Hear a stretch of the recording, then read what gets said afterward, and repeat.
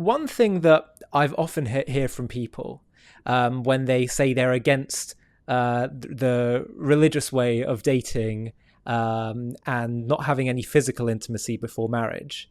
And we even did a debate on this on JTV a few years ago, where we had a debate between, I don't know if you know Gila Mandelson, who speaks about topics of intimacy. She's a religious Jewish speaker, Shoma Nagia, not touching all of that, debating a progressive feminist who writes for The Guardian and other articles. It was fascinating debate, and the debate is sex before marriage a good idea? And the person against waiting till marriage was basically saying that you can't test sexual compatibility, which is an essential part of a healthy relationship. And just as when you date, you want to check that you've got emotional compatibility and values compatibility, it's important to know that you are physically compatible and attracted and all these things. Now, obviously, that wouldn't take place in observant Jewish dating, and I wondered what your thoughts are on that and what you would respond to her by saying. The big disaster in our time is the separation of sex and intimacy. Since the 60s, we have convinced ourselves that sex is not the same as intimate. There's sex and there's intimacy. So what do you want to find out how the sex is going to be between you? You don't plan on having sex, you plan on having intimacy. Sex you have for pay. You can buy sex. You can't buy intimacy. What you're going to have as a couple is intimacy. And you can't test that. You can't what? Test that. Right. So let's have a trial intimacy. That's an oxymoron, right? So let's be intimate for a while just to see. Then you're not intimate. It doesn't work. But I think most people, if they just stop to think for a moment, will agree that sex before marriage is a disaster. It has never improved marriages since it has become popular. Marriages have gotten much worse. So if you do an experiment, shouldn't you pay attention to the results? The results are in. Sex before marriage is a disaster. Because separating sex from intimacy is a disaster. Sex and intimacy used to be synonymous. And that's why sex was so scary and so awesome and so dangerous. Then it became just sex. But what do you want to know? Whether the person's anatomy is intact? Well, literally, I hate to be crude, but that is what I would have some friends and others who are not observant Jews saying to me. They'd literally say things like, I once took a girl to bed and I wasn't, let's say, so enamored with her anatomy. And so I'm just telling you what they said. And so they said, therefore, yeah, I'd want to check it out before I got married. That proves my point. They weren't thinking of her as a wife, as a partner, as a soulmate. They've seen too much pornography. So all they saw and all they experienced was a body. That's pornography.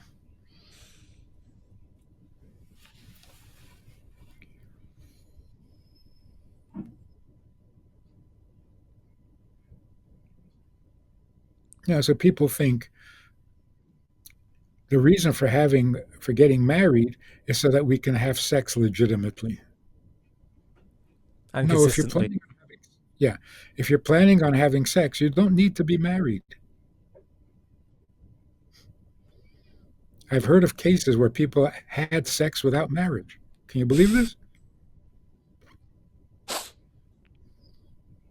Marriage is not the price you pay for sex.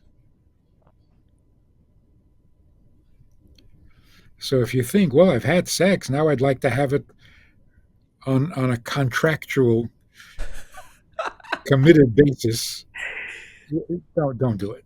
Don't get married.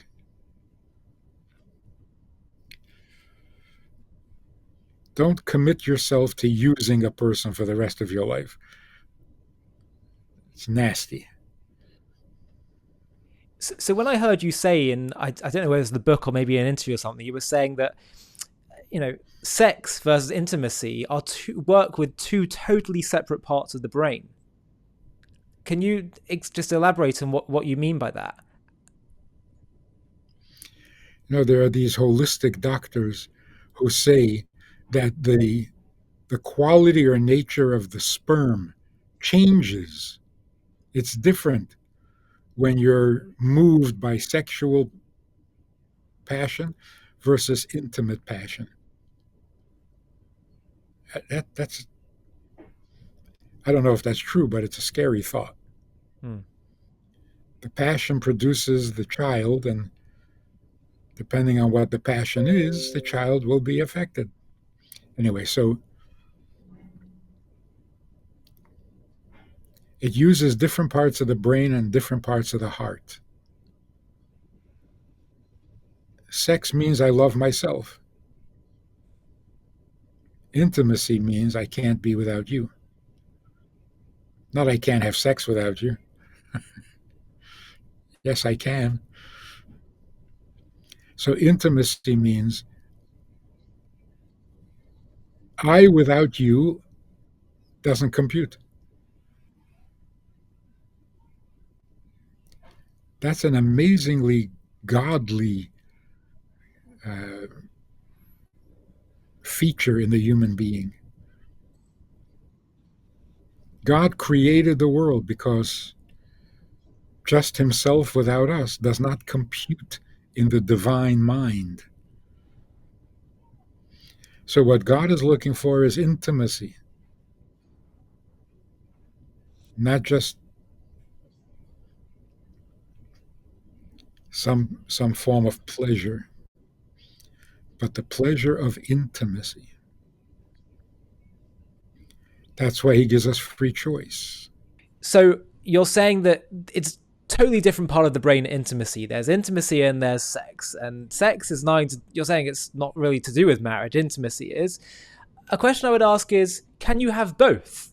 Can you have both those two components of the heart, those, as a way of, certainly getting a marriage going? And would you say the aim is to try and ultimately just have the intimacy and not be focused at all on the sex part and what it does for you?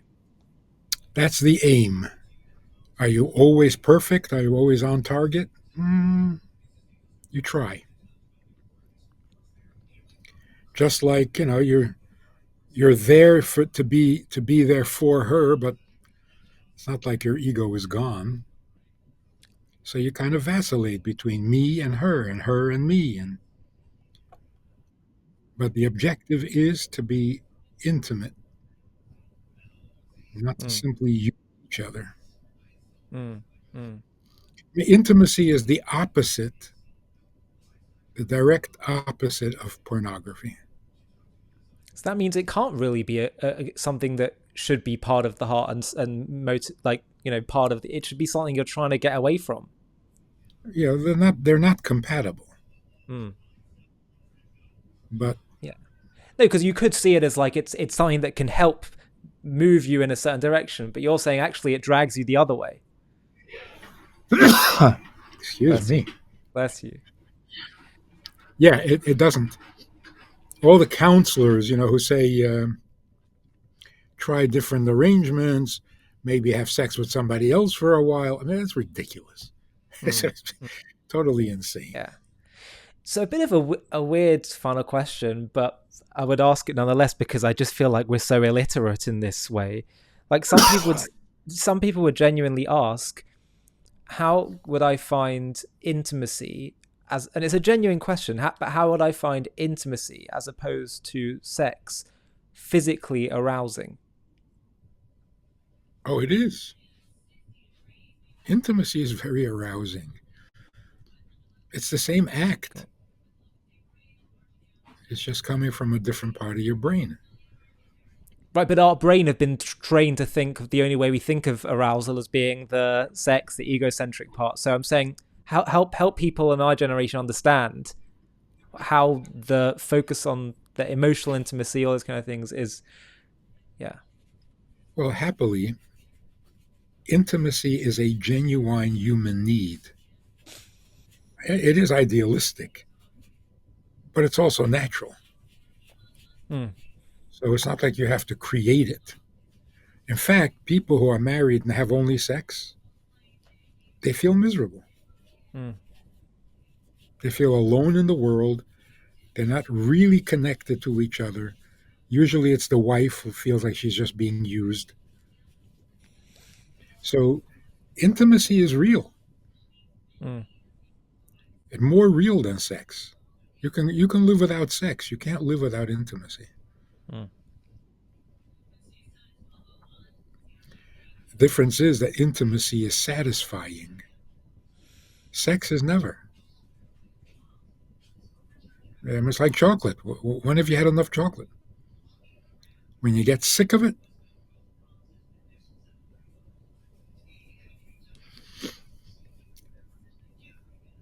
So that proves that intimacy is a genuine need and therefore can be fulfilled, content.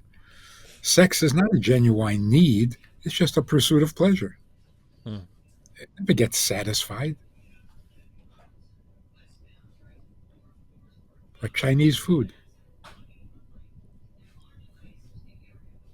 Fine, but okay, so sex is I'm aroused by her body. Intimacy is I'm aroused by her.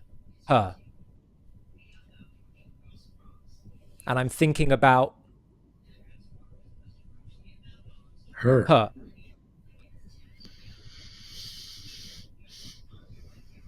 Right. And there's nothing separating you. Nothing coming between you, including sex. You're not using her in order to get to sex, or using sex in order to get to her. You're just merging with her. And then you're inseparable. That's called a bond. Sex doesn't create a bond.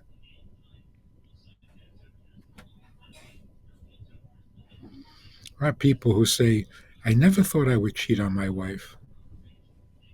Yeah, because you thought sex was a bond. It's not. If you really enjoy sex, well, why not more sex? It doesn't bond you to a woman. It just increases your appetite for sex.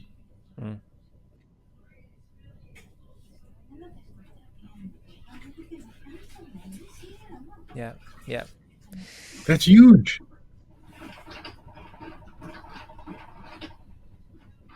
Should that appetite, the appetite for sex in a marriage, be tempered as opposed to intimacy? Yeah, it's like, it's not really good if you're aroused sexually by some other woman and then you come home and have sex with your wife. That's a little bit of an infidelity, because you're not excited about her. And that's why fantasizing, which again the experts recommend, so it is so ignorant. It's so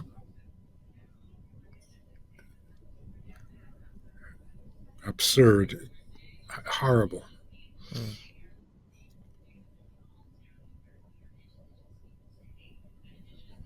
Only narcissism could come up with an idea like that. To make my enjoyment better, I fantasize about someone else. So it's not really about you at all, but I'm using you It's just disgusting. It's horrible. Yeah.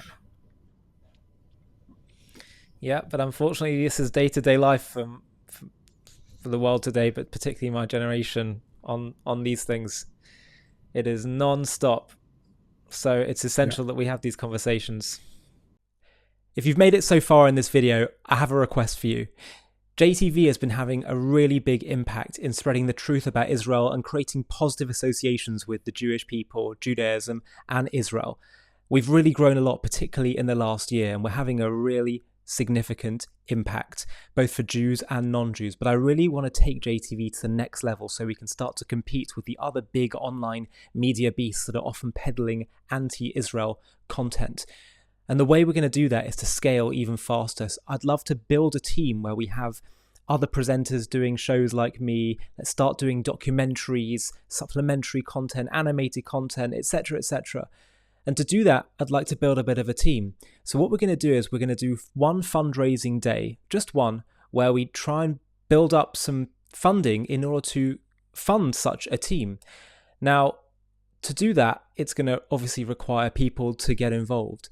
And I'm wondering if you would consider, if you're watching JTV content and appreciate what we do and want to help partner with us in taking this to the next level and spreading the truth farther and wider than ever before, I wonder if you'd consider partnering with us simply by running a page, a mini page on the fundraiser that we do, where you just reach out to your contacts on that day that we choose to fundraise and see if they'll all chip in.